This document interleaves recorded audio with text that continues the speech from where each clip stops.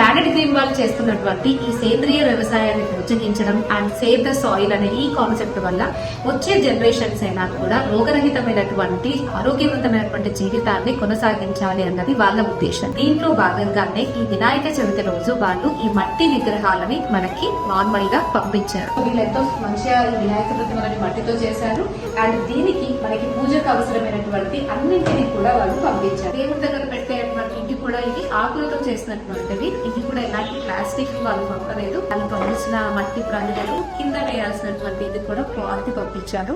So దేవదారు పచ్చడి అక్షింతలు కూడా పంపించారు. పక్క అంటారు కదా, అవి వస్త్రం, దేవుడికి వేసే వస్త్రము, పసుపు, ఆర్గానిక్ పసుపు, దేవుడికి పెట్టాల్సిన షుగర్, యజ్ఞోపవీతం, అక్షింతలు, ప్రసాదం కూడా పంపించారు. అండ్ వేయాల్సినటువంటి రంగోలి పౌడర్, నెయ్యి, ఆయిల్, ఆముదము అండ్ సుగంధ ద్రవ్యంకి అత్తర్. అండ్ దీంతో పాటు ఒక బుక్ కూడా ఏమేమి ఆకులను మనం వినాయక చవితికి వాడాలి అన్నది మనకి 2 లాంగ్వేజ్ లో వాళ్ళు రాసి పంపించారు.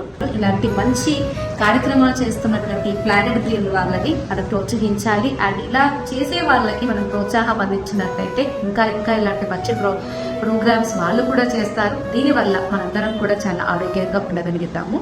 అండ్ ప్లానెట్ గ్రీన్ వాళ్ళకి మెయిన్ గా ఇదంతా చేస్తున్నందుకు చాలా కృతజ్ఞత. Thank you.